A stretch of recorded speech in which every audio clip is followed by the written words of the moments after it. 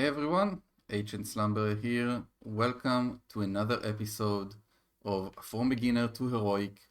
This time, Volume 4, Deck Building. Let's go! I know a ton of people were waiting for this specific episode. I get questions all the time on deck building, how to adjust it for Heroic, how do I build my decks, all kinds of questions. So we will dive into all of that in this episode. I think it will be, very interesting. So let's go. Let's discuss the chapter overview for a second.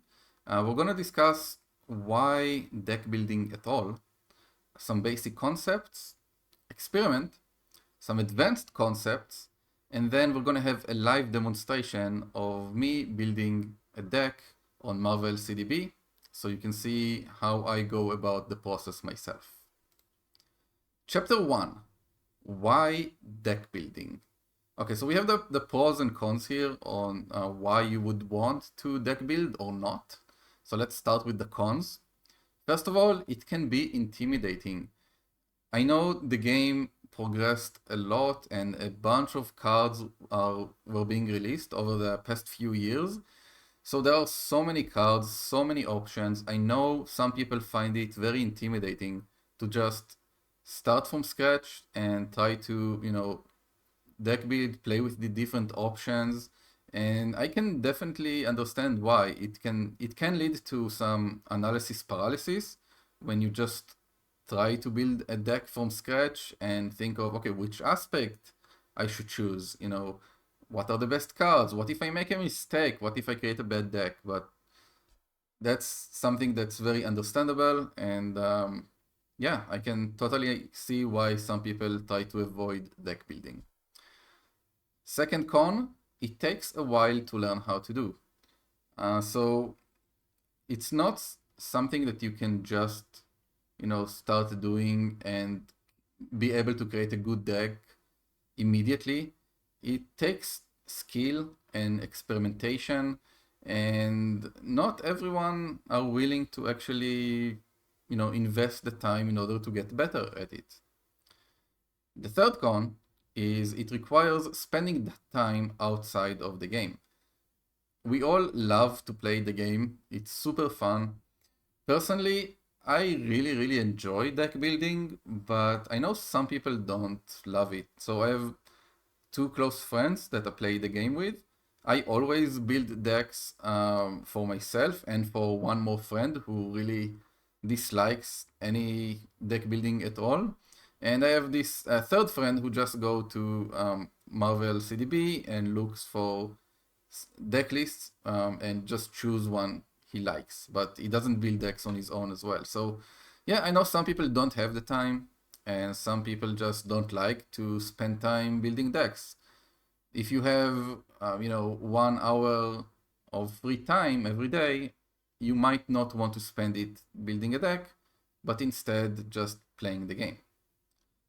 Okay, these are the cons. Let's move to the pros. First of all, it's fun. I mean, okay, it's, subjective. I understand. Not everyone loves it, like I just mentioned.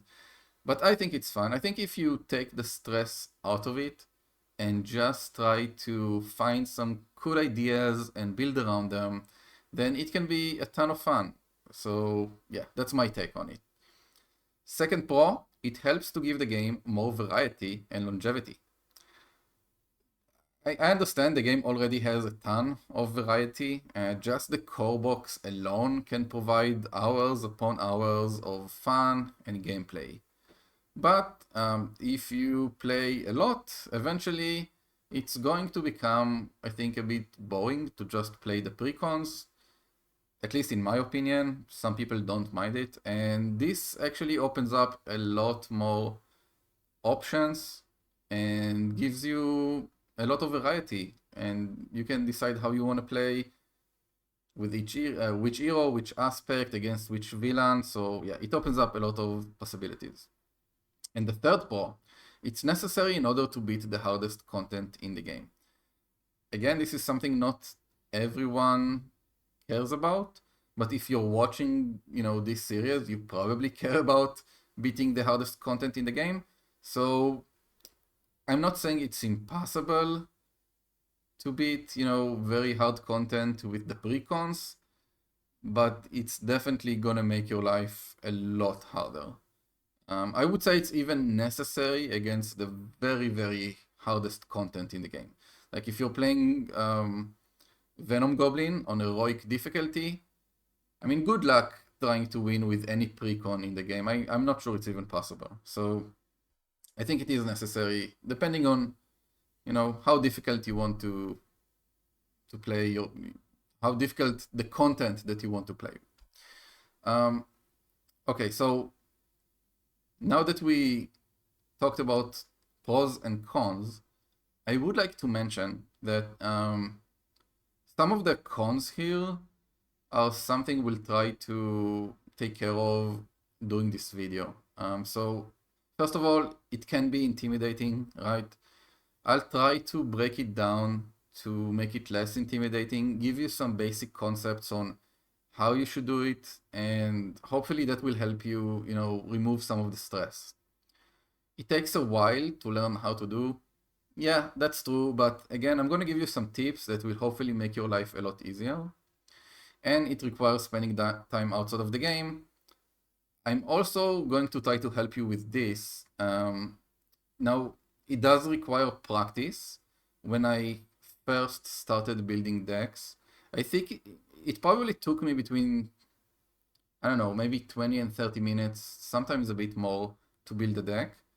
And I know some people it will take them more time, some people will take them less time, depending how quickly you make decisions.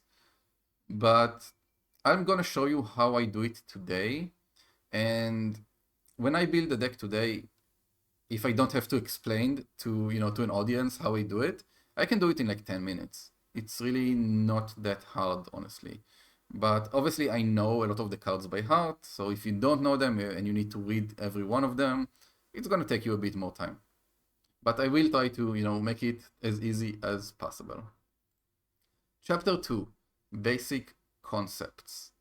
Okay, so if you remember my Hero Mastery video from last time, I talk about a game plan, right? So when you play a hero, you kind of want to ask yourself, what is the goal of your hero? Like what is it trying to accomplish, right?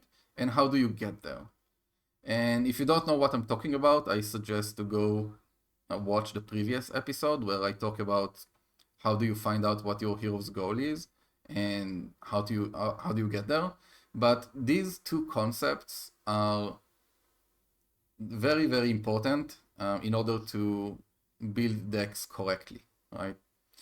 So if, for example, if you're playing a hero that really likes to rush down the villain, your hero's goal is to rush down the villain, right? And how do you get there? You just try to stack as much damage as you can while ignoring pretty much everything else. So you don't really want to put, low tempo cards in your deck. And if you don't know what tempo is, again, watch my, I think it was episode 2 of this series where I talk about tempo.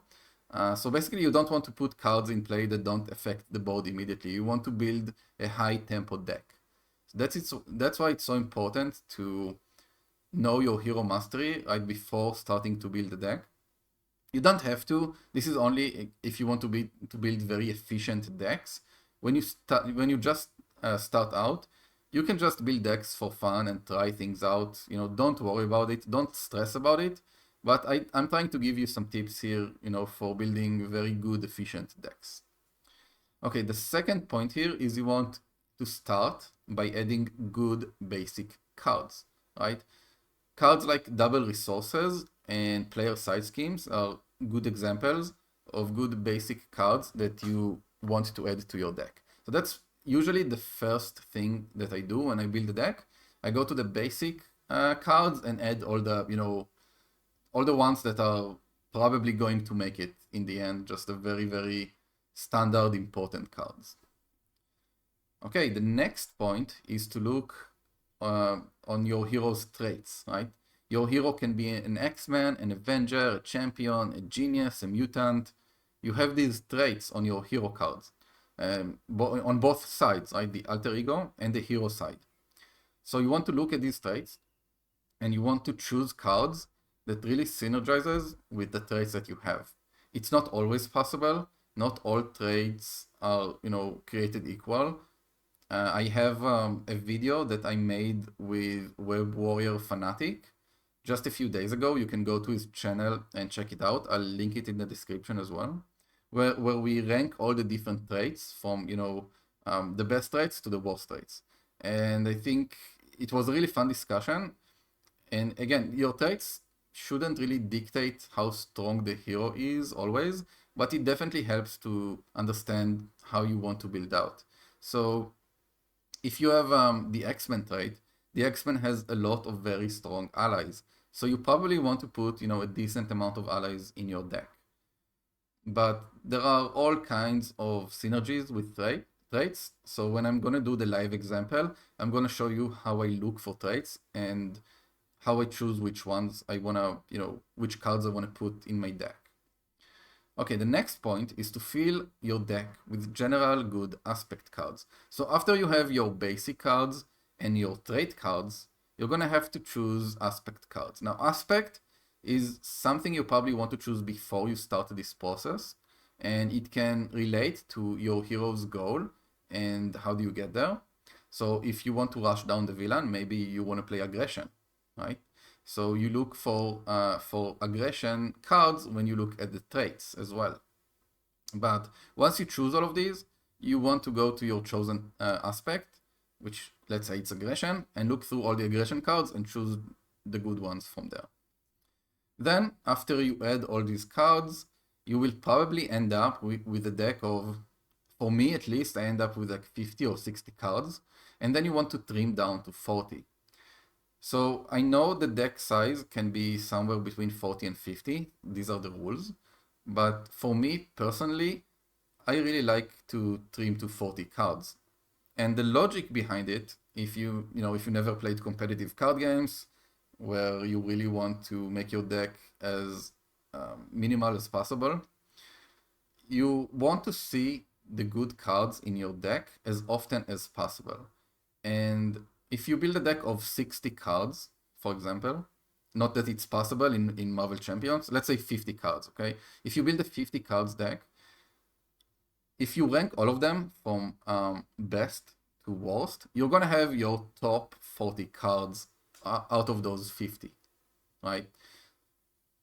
So if you want to see your best cards more often, it will happen more if you have a smaller deck. Right? If you have 50 cards, those top 10 cards that you really want to see, it's going to take you a while to get there.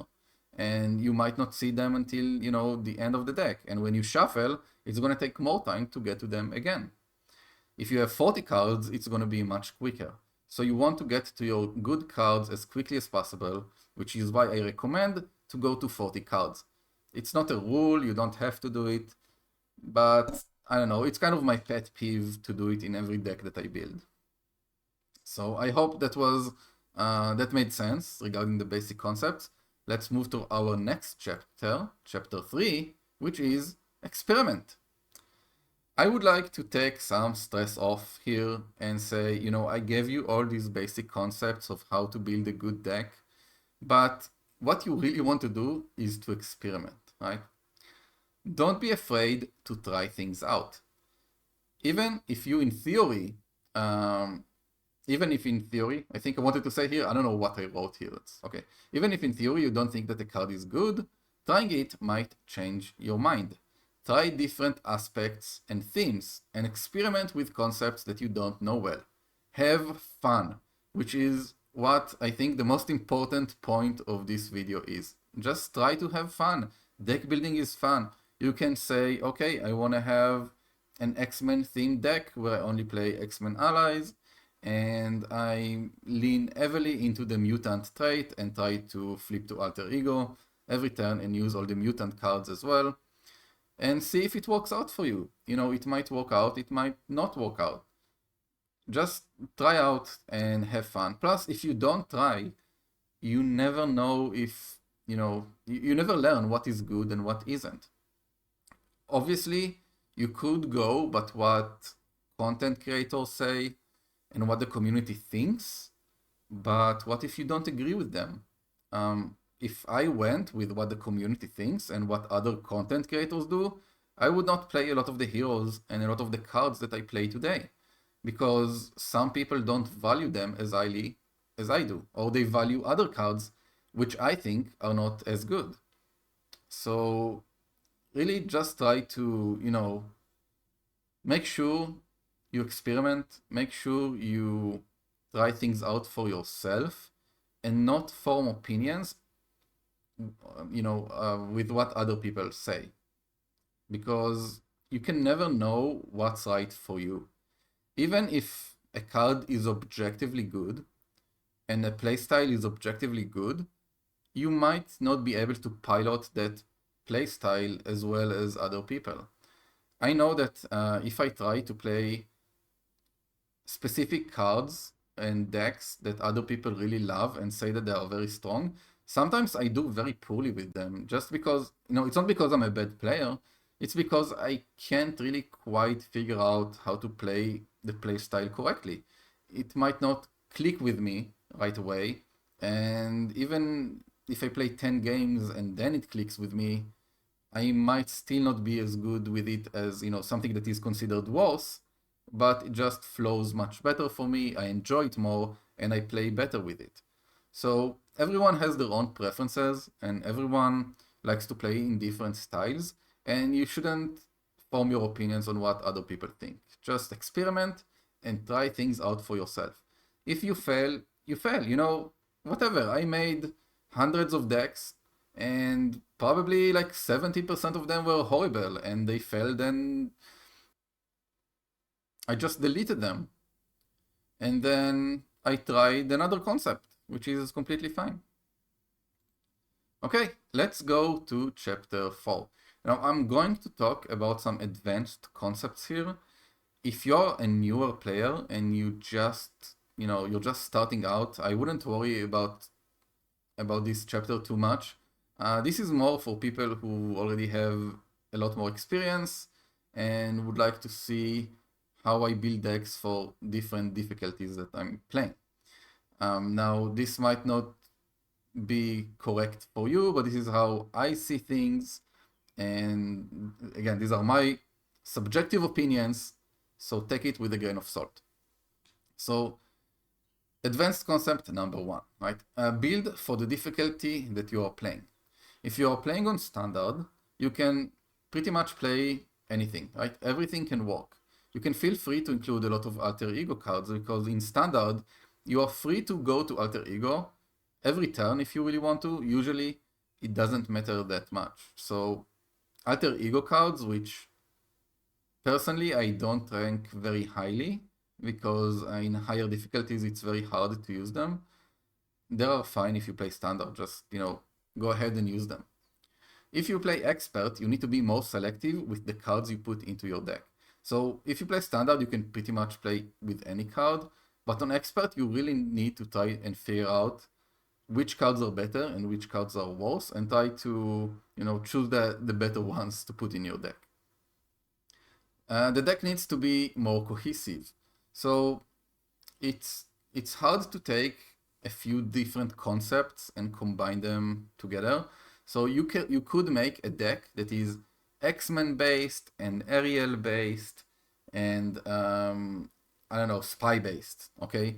But it's probably not going to be very good. You probably need a more cohesive idea of what your deck is and try to build around it. And the third point is alter ego cards should not be very common if you play expert. You could have some of them in your deck, but I wouldn't put like 5 alter ego supports in your deck if you play expert, because those are probably, at least some of them are going to be dead cards, and you should probably not rely on alter ego as much as you can on standard. If you play heroic, you should only play the best cards in the game. Now, what is best could be subjective, like I said. Some people like, some cards better than others, but you should, if you don't think a card is good, but you think it's, fun, you should not play it on heroic. Heroic is very hard as is, so you really need to, even if the card is boring but it's strong, you should put it in your deck, right? It's, I mean, it is fun to play heroic, but you can't really mess around as much. Okay, the deck should work completely towards your goal and cover your hero's weaknesses. So we go again to the hero mastery thing, right? When you want to build the deck with your hero goal in mind and try to cover your hero's weaknesses. You should try to include minimal alter ego cards, if at all. That's my subjective opinion. Again, I think some people don't agree with me. Some people think that it's okay to play alter ego cards if you play heroic. It doesn't work for me. So yeah, that's my opinion. If I play heroic and I flip into alter ego mode once a game, that's pretty average, I would say. Twice a game is a lot. It usually doesn't happen. So yeah, that's my opinion on it. Okay.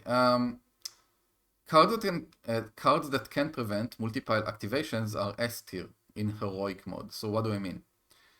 Cards like Go for Champions, for example, which is a 3-cost card that it says champion characters cannot take damage. Obviously, you can only play it if you have a champion character. So cards like that are S tier when you play heroic, because on heroic you draw 2 encounter cards per round, sometimes more depending on the villain you're playing against, and sometimes the villain can attack you 2 or 3 times around. So if you have cards that can prevent multiple activations by just ignoring damage, for example, or lowering attack, or lowering scheme, stuff like that, those are very, very, very strong cards in heroic. Moving on, you should build for the villain that you are playing against. This is especially important against the hardest villains in the game on expert or any heroic difficulty games. Now I'm gonna put a bit of a caveat here and say that although this is a tip that I really recommend using, it's not something I personally usually do. When I build a deck, I honestly try to build it as general as possible to try to beat all the content. Just because I don't like to change the deck every time I play against a different villain.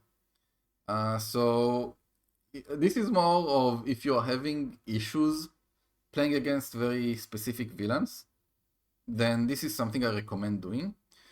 But yeah, this is more of do as I say, not do as I do tip. Because it's definitely important to do if you want to beat the very hardest difficulty. And I did do it before a few times. However, I don't do it 99% of the time. So don't feel obligated to do it, but it can help you if you are feeling that you can't beat some specific villains. Okay, so let's see an example here. The villain has a lot of cards that cause activations. Cards that reduce attack until the end of the round are premium, right? So that could be one example. Or the villain has a lot of big allies. Mind control cards or area of effect cards are a priority. So if you play Magneto, for example, he has these Acolytes set, and these Acolytes have a ton of hit points. The same with Ronan, right? He has, I forgot the name of the set, but he has like 6, 7, 8 hit points per minion, which is a lot.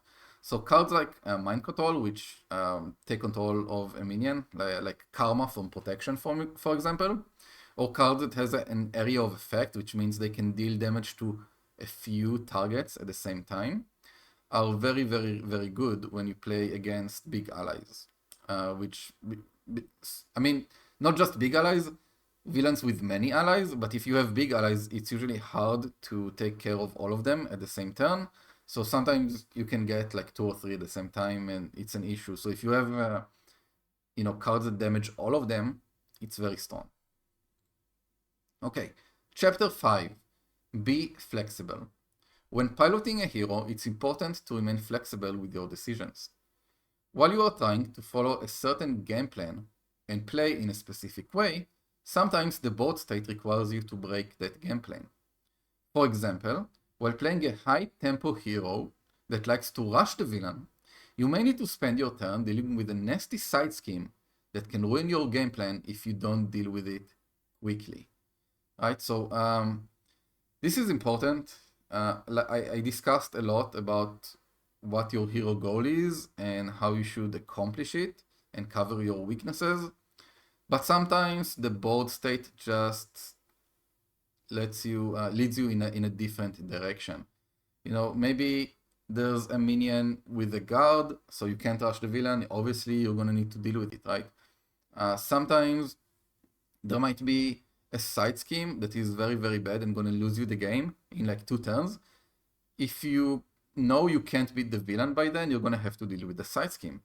So this all goes back to the first episode I ever did in this video series. It's called Threat Assessment. Every turn you should go over the checklist of the threat assessment that I have in that episode and ask yourself those questions and see what is the most important thing to deal with. Okay, this is the part that I'm sure everyone has been waiting for. It's the live demonstration of me building a deck on Marvel CDB. And yeah, we're gonna just go over, we're gonna choose a hero, we're gonna choose an aspect, we're gonna build a deck for it. So I'll see you guys there. Okay, let's go. So I posted a community post a few days ago asking which hero you would like me to build in the deck building video. And one of the suggestions was Iceman, which I like because it's not a very popular hero with already a very well-established, decks. So I can just take him and see how I think about him. Now, the first thing I do when I build a new hero, I go over his kit, right?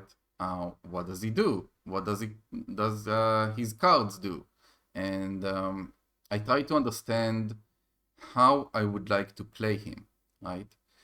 So I'm not going to assume you know Iceman, so I'm going to briefly go over his cards, and his hero, so we can try to think together what would be the goal of this deck and how do we get there. Okay, so maybe we can view the cards here. It will be a bit easier, huh? Okay, so he has his Frostbite that he can attach to enemies, which is an upgrade. It's a permanent upgrade. Attached enemy gets -1 scheme, -1 attack, forced response. After attached enemy activates or leaves play, set this card aside. Right, so he has 5 of those, six of those, and every time he attacks, he can attach this card to an enemy, and this helps him defend himself. Either defend from damage or scheme, like threat. Either way, it's nice. It's pretty cool, especially if he can activate multiple times and attack the enemy a few times, right? Or prevent the enemy from activating and then keep putting frostbites on him, which is also cool. So already you can try to think about what kind of cards you want in your deck, right? You might want card that let you ready Iceman, so you can attack more than once, or maybe cards that will stop the villain or the enemy from activating. So yeah, you can start thinking about it when you look at the cards. Okay, he has 2 allies. It's called Snow Clone. So they cannot thwart, but they can attack. So again, it seems like Iceman wants to attack a lot, probably not thwart as much, right? Okay, so it's an Ice and X-Men card. Cannot have upgrades attached. Snow Clone takes -1 consequential damage after it attacks an enemy with Frostbite attached. So if you have Frostbite on someone, these dudes can attack without taking damage, which is nice. They do take an ally slot though, which could be an issue sometimes. You might, although they only cost 2, so you might want to just block with them whenever you need to. That's fine. Okay, we have this 2-cost upgrade, the Power Belt, plus 3 hit points, so you can go to 14, which is pretty nice. Hero resource, exhaust Power Belt, generate a wild resource for an ice card. And this is a tech card. So you can see when I go through the cards, I also go through the traits to already start thinking about what we can do. We have a lot of X-Men so far and Ice. Okay, so this one, Cryokinetic Perception, which says it's a 2-cost upgrade. After you resolve your freeze ability, which is the one that attaches the upgrade, exhaust this card, draw 1 card. If that card has the Ice trait, ready Iceman. Pretty nice. So this always draws you a card whenever you activate the freeze ability, which should be every round, almost every round. And then if you gain an Ice card, you ready Iceman, which is also cool. This is a superpower. Okay, so he has a superpower as well, right? Then we have another 2-cost upgrade, Ice Slide. Iceman gets +1 thwart, +1 attack, and +1 defend, and the aerial trait. So he can also be an aerial character, but he doesn't have any other aerial cards so far, so maybe that's not relevant. Forced response, after you change to alter ego form, shuffle this card into your deck. So this is a very strong card, +1 to all your basic abilities, but you cannot change to alter hero form, right? Alter ego form. So you might want to think about, okay, how do I stay in hero form for as long as I can, because this is very strong.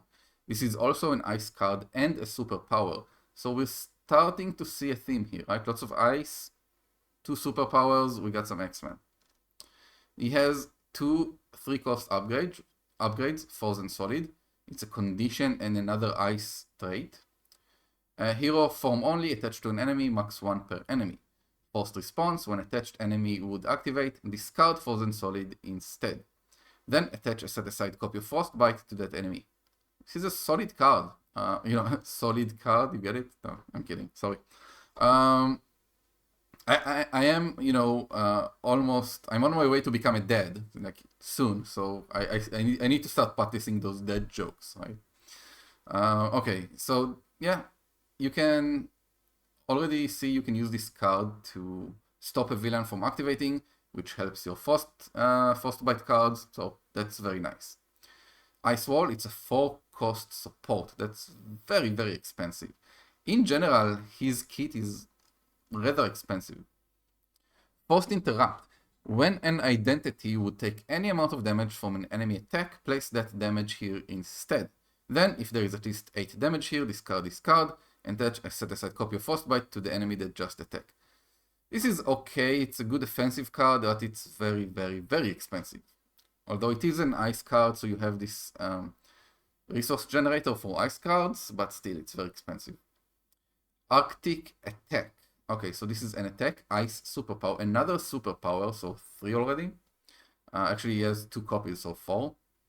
Deal 4 damage to an enemy, and attach a set-aside copy of Frostbite to it, or deal 6 damage to an enemy with a Frostbite attached. So, yeah, it's a very decent attack card. Ice Blast, 3-cost event, Ice superpower, another superpower. Hero action, choose a player, attach a set-aside copy of Frostbite to the villain, and each minion engaged with that player. Deal 3 damage to each enemy with a copy of Frostbite attached. Cool. Another way to attach Frostbites, some damage, some area of effect damage. It's decent. We have 2 of those. Then we have 3 chill outs, which are again Ice superpower. So lots of Ice, lots of superpower. Hero action thwart. Remove 3 threat from a scheme. Attach a set-aside copy of Frostbite to an enemy. So overall, not a great thwarting card. Only 3 for 2. But another way to attach Frostbite to an enemy, which is cool. You can see he comes with the aggression precon, but it doesn't mean you have to build him as an aggression hero. Although I do think it's pretty fun. Okay, so this is all the cards. These are all the cards for Iceman. So now we know a bit more about the hero. He wants to attack. He wants to prevent the enemy from activating, and even if the enemy does activate, all the Frostbites will help you prevent damage. So he wants to stay in hero form a lot, which means you probably value alter ego cards less than than usual. In addition to that, he seems very expensive, so you do want some resource generators. However, let's see, do you want to rush the villain with him? I don't think so. I don't think he's a rush the villain character. So you do want those resource generators, right? Otherwise, if you want to rush the villain, generators are a very low tempo cards, so you might not want a lot of them. But in this case, I think you do. He has a ton of ice, and he has the ice trait. Already, you might be thinking of the card that I'm thinking about, but we'll get to it in a second. And he has a lot of superpowers. He has 2, 5, 7, 8, 9, 9 superpowers. So that's a lot. So already you can think as well of another resource generator that could help with it. We'll get to it in a second. Okay, so let's go through the list of the basic concepts of how to construct a deck that we reviewed earlier. The first one is game plan, right? What is the goal of your hero? So what is the goal with him? We just talked about it. I think you want to attack a lot. You want to stay in hero form. You want to prevent the villain from activating. Okay, fair enough. How do you get there? You get there by... How do you get there? With Iceman specifically. Well, you want cards that stun or confuse. Probably stun is more important because you're not going to be in alter ego a lot. You do have a weakness of thwarting. His thwarting is very, very weak. So you do need some kind of way to stop the enemy, or to some kind of way to thwart, I guess. So maybe allies could be a solution, right? Or you can play Justice. Justice would probably be a decent aspect for Iceman. It means you're not going to rush the enemy, obviously, with Justice, but at least you can cover your weakness, which is good. So I think if we think about which aspects are good for this hero, I don't think protection is very good because protection doesn't have good thwarting as well. Justice is a good option. Aggression is an interesting option. You could thwart with allies with aggression. I don't think rushing the villain is great. And leadership is always good, right? Leadership is good because you can use allies. And leadership allies are pretty good at thwarting.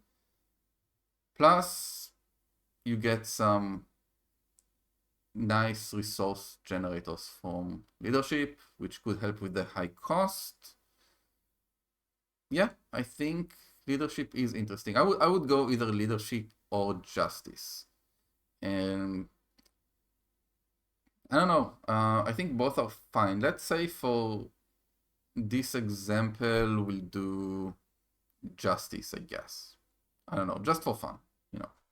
Okay, so the next basic concept is let's put all the good basic cards in the deck. What are the good basic cards? So if you don't know Marvel CDB, it's this website which lets you create decks. It's an amazing website.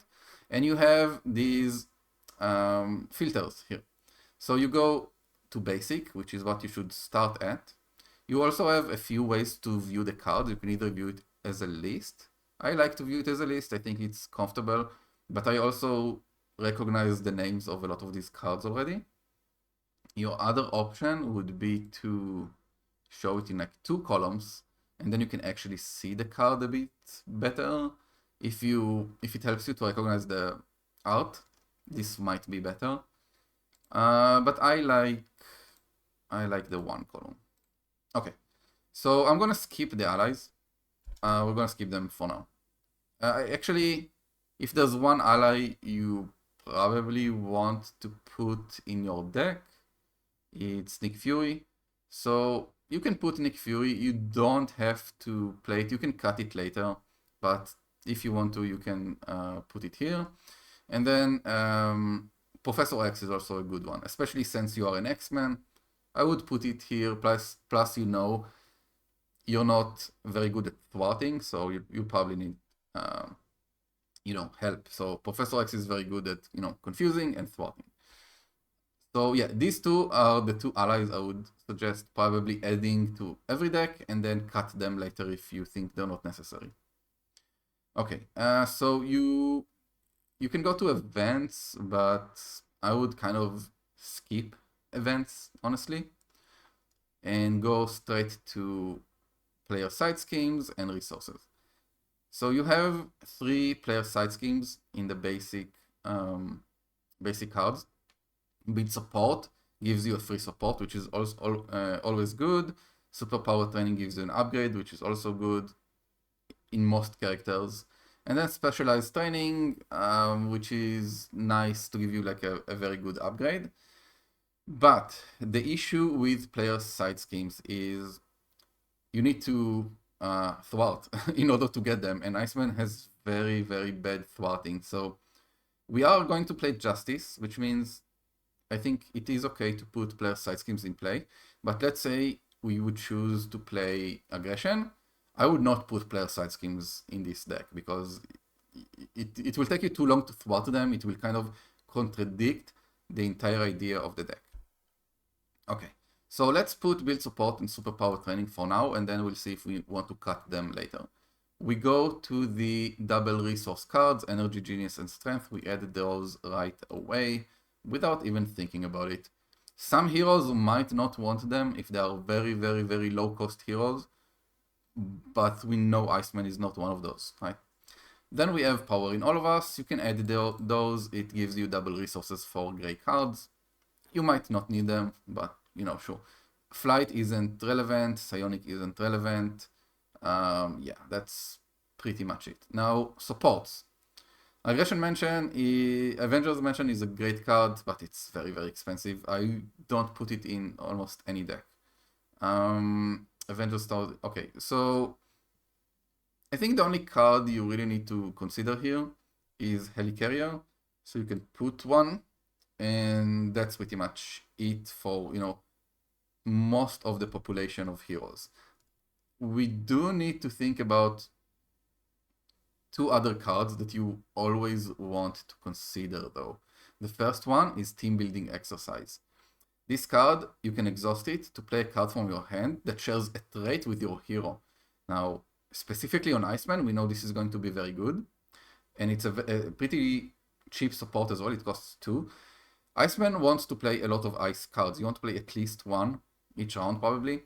And he has the ice trait, so this is going to be very good with him. So let's add like 2 of those. And then the other one, which you always want to consider, is Deft Focus, which lets you reduce the cost of superpowers, which is also very good with Iceman. So you want to put one of those as well. The rest, I would not think about here, okay? So these are the good basic cards. Now you go and you say, okay, traits. What traits does Iceman have? He has the Ice, X-Men, and Mutant. Now, Mutant trait is good for alter ego actions, but like we said before, we don't really want to go into alter ego with Iceman, so let's skip Mutant. Ice, we don't have any Ice cards in the game except for the Iceman card, so we can ignore those. However, X-Men is very, very good. So let's see how we can decide which X-Men cards we want to add. You go to this search bar here and you write X and then the trait that you want to check. So X-Men, right? Then it filters out all the cards that have X-Men in the text box, okay? So allies, I think we'll go through them later, and I'll explain why in a second. But we want to check event, support, and upgrade cards. So events. This only, you can play this only if you have the Mutant, and it's an alter ego action, so we probably don't want this, right? Cerebro, again, alter ego. Children of the Atom, whatever. We definitely don't need those. But you can look at all the X-Men cards. You know, I'm not going to go over everything. I'm going to put in the deck what I would consider good, okay? Otherwise, if I have to explain everything I'm doing, we're gonna stay here for like 2 hours. but once you know what you're doing, you can build a deck in like 10 minutes. Okay, so I would add XChat in this case, which is a resource generator. I would add Utopia, which lets us play more allies and lets us ready X-Men characters. So like we discussed earlier, we want to ready Iceman so he can attack again and put more of those frostbites. And that's pretty much it. Now we go to the justice aspect, which we chose. And we're going to check if there are any good X-Men cards we want to add here. So we have Gunboat Diplomacy, which requires to exhaust an X-Force and X-Men. Not really interesting. Mutant Peacekeepers, Generation X, whatever. Mission Training. So yeah, I mean mission training is okay. Plus thwart and hit points, which is nice because we said Iceman has some issues with thwarting, but I don't love the card. Okay, now that we finished with this, we're gonna check X-Men allies because we have this Utopia card which says after an X-Men enters play, exhaust Utopia, ready an X-Men character. So we want to have a lot of X-Men allies. We want to build our deck around X-Men allies. So that's why I didn't check allies before. The reason is the X filter lets you check if the X-Men trait is in the text box. But what we want to check is the K filter, okay, which lets us check if, if the X-Men trait is on the card. Okay, so now we get all the X-Men traits. So Angel is a nice X-Men, Beak is great, especially if you want to thwart. Colossus is nice, it's a bit expensive. Not super expensive, but it is expensive. By the way, I didn't mention it, but the team building exercise is so good because you are Ice trait, which a lot of your cards have the Ice trait, and you are an X-Men trait, so also you can play your allies with a discount, which is insane. Okay, Forge is very good. We're gonna put him. We already have Professor X. Shadowcat. Triage is nice. White Queen. Yeah, it's pretty good, but let's say we put White Queen, sure. Yeah, I think that's fine. Then we go to Justice. We have Banshee, which is okay. Bishop. Blindfold is good. We want Blindfold, right? Chamber. Dazzler. Yeah, I think this is probably good enough. This is probably good enough. Okay. So we finished with all the trait cards. Now, our next goal is to fill our deck with good aspect cards. Right? You can also go to basic here, see if there's any ally you would like to add. You know, Ironheart is always a nice choice. Mockingbird. Hey, we said earlier that we want to stun the enemy, right? To stop activation. So maybe let's look for stun in the text box, right? We have Mockingbird. Yeah, probably a card we want. It's not an X-Men. It's still good. Athletic conditioning doesn't really matter. Justice, upside the head. After your hero makes a basic attack and damages an enemy, confuse that enemy. If that enemy is already confused, stun it instead. We do like to basic attack a lot. So this is probably a card we want to play, huh? Maybe two of those, right? Okay, so yeah, those are the important basic cards. You can go ahead, look at team ups, look at, you know, other cards that might be good here, do you think will be interesting. But I think once you know the cards, it's going to be a lot quicker for you to do it. I kind of know what I want to play. The only one we didn't really discuss is the X-Gene card, which lets you generate a resource for an identity-specific event, which is good, but it requires the mutant trait, so if you don't get it in your opening hand, it's not going to be very good here. Okay, Justice. So we have all these cool allies, but we already have a ton of allies here, so we probably don't need any more. We have some really nice events and player side schemes, right? Resources, support cards. Now, I'm not going to go through all of these right now. I would like to mention some really good cards that I do like to add. In the ally section, you have Blindfold, which I think is very good. You have Jessica Jones, which in specific scenarios is very good, but in general, I think it's pretty good. I also like Quake is just a very low-cost ally, which is always nice. And let's see. Wasp is good with Champion. Wiccan, one of my favorite allies, 2 cost, 3 HP, deals damage, thwart. It's pretty nice, yeah. Okay, let's see if we have any events we really want to discuss here. Clear the area, especially if you play solo. It's a very nice card. Otherwise, it's okay in multiplayer, but yeah, you want it for solo, basically. Okay. Anything else that's very interesting here? For Justice is okay. For thwart removal. Like, we can put like 2 cleared area here, see if we want it. We can remove it later. Get Responsibility, Homeland, yeah, let's see. Lay Down the Law, if you change forms a lot, is a nice card. Impede is fine.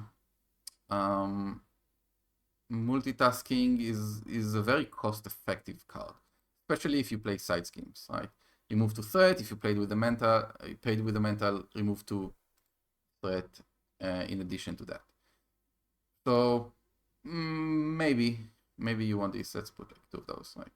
One way or another, it's a very strong card. You search the encounter deck for a side scheme, put it into play, draw 3 cards. You want like maybe 1 or 2 of those, I would say, in every deck.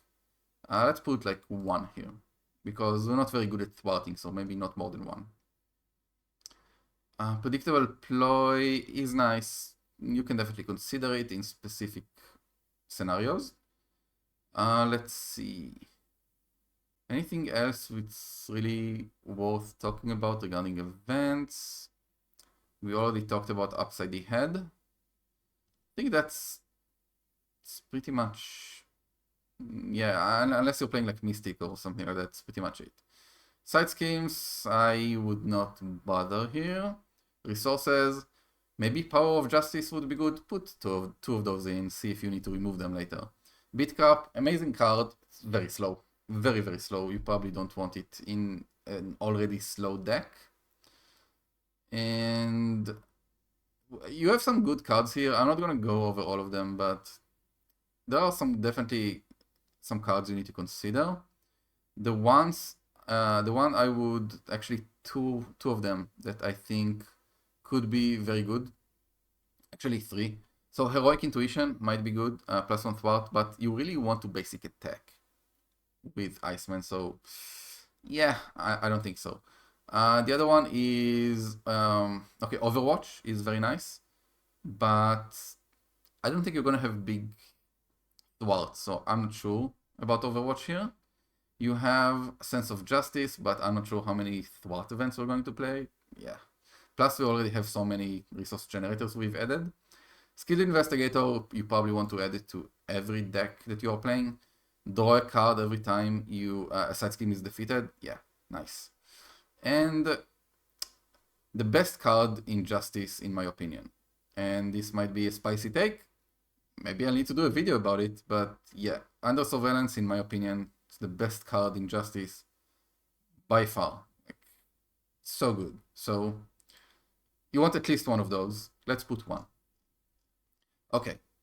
You filled your deck with amazing cards. You have 48 cards. Now we need to cut down to 40. So let's see what we have.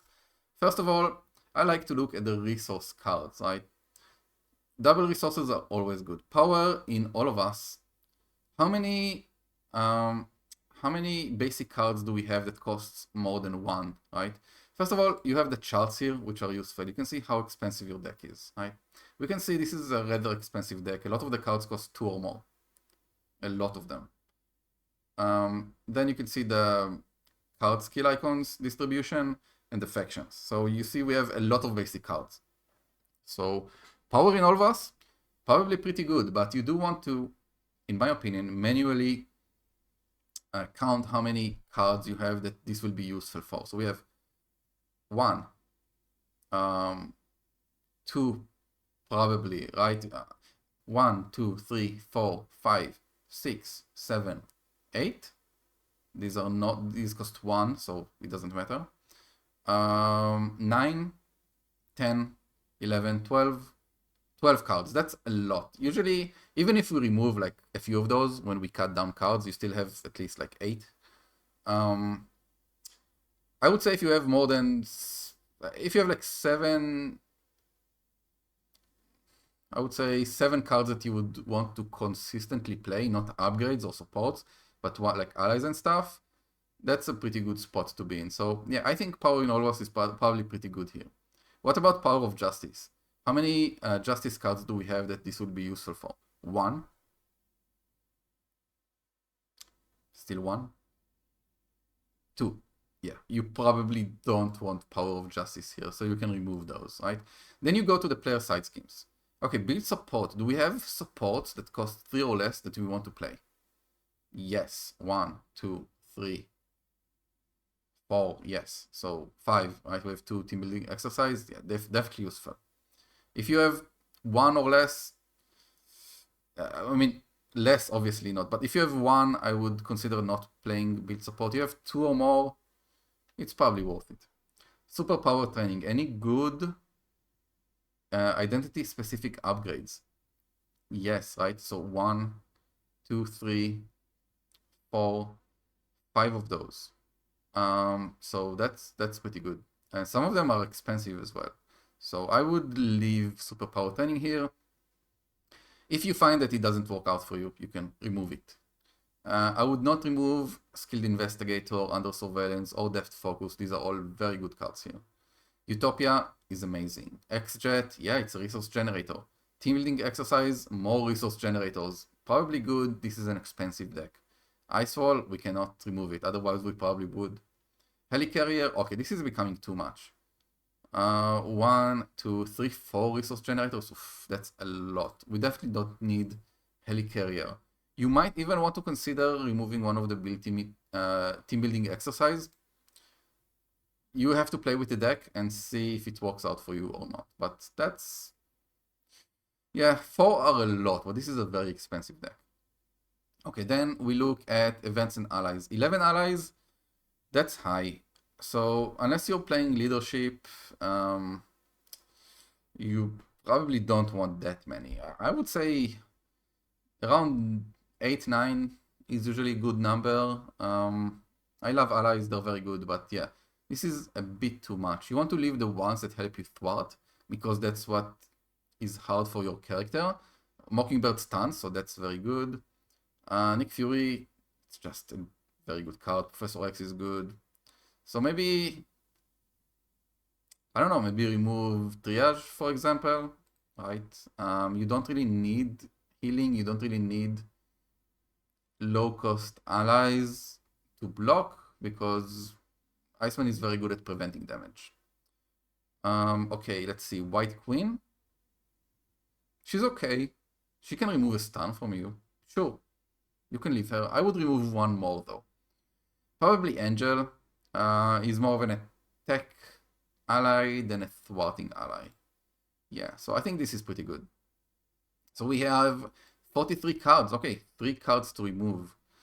Do we have enough thwarting? Do we feel like we need clear the area and multitasking? Do we need both of them? I'm not convinced that we need both of them. I think we'll probably leave 2 of them. It will be fine. How many mental resources do we have? We have a lot. So multitasking is nice. Although if we remove clear the area, that's 2 less mental resources. So that's something to discuss, right? Something to think about. Yeah, I would try one of them, see how it works. If I don't like it, I'll try the other ones. So let's say keep the multitaskings for now. Okay. 41 cards. We need to remove 1 more. We don't have to, but we want to. Upside the head. It's a very good card. You're probably not going to alter ego, so if you confuse the enemy, it will stay confused for a while. However, if it's already confused, it becomes stunned. But so if you just confuse it, it's useless. You need to you need it to already be confused in order for this to be useful. So maybe you just remove these. I would try to play with them, but in my experience, in Iceman specifically, they are not amazing, so I'm gonna remove them. But you should try, yourself and see if it works. Okay, so suddenly we're on 39 cards. In this case, you know what? I'm gonna put one upside the head in, just so you can try to play with it, see if you like it. Like if I didn't know if I like this card, I would put one in, and see if it works out or not. If I don't like it, I'll remove it later. If I do like it, maybe I'll add more copies. Alright, so this has been a pretty long video so far, and this section specifically has been very long. It took me, let's see, 35 minutes. However, it's 35 minutes of going through the cards and also going through, explaining my thought process. And it's still not that much time when you think about it, right? So if you need to go through all the cards and read them, yeah, it's gonna take you longer.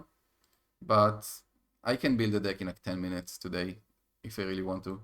So I hope this was helpful. We're gonna save this, I don't know, just for fun. Maybe we'll play the deck later. Yeah, so that's pretty much it for deck building. I hope I made sense. I hope this video helps you to try out deck building, maybe remove some of the stress of deck building. And I really hope it encourages you to try and deck build and experiment and try different things. And if you fail, that's fine. No one knows about it except you. No one cares. Just try again. It's all good. When I started building decks, I built horrible decks. Today, I feel like I'm a pretty good deck builder. So if you don't try, you won't know and you won't get better. Right? Try it out. And that's the only thing I'm asking of you.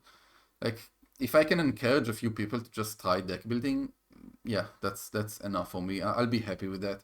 If I help a few people to make their deck building better, amazing. I love it. So yeah, that's pretty much it for today. Thank you so much for watching. Leave a comment, let me know if you have any questions, and please like and subscribe if you enjoyed the video. I really appreciate your time watching it. I know this has been a long one, so thank you if you kept up with the video until now. Thank you so much, and yeah, I'll see you next time.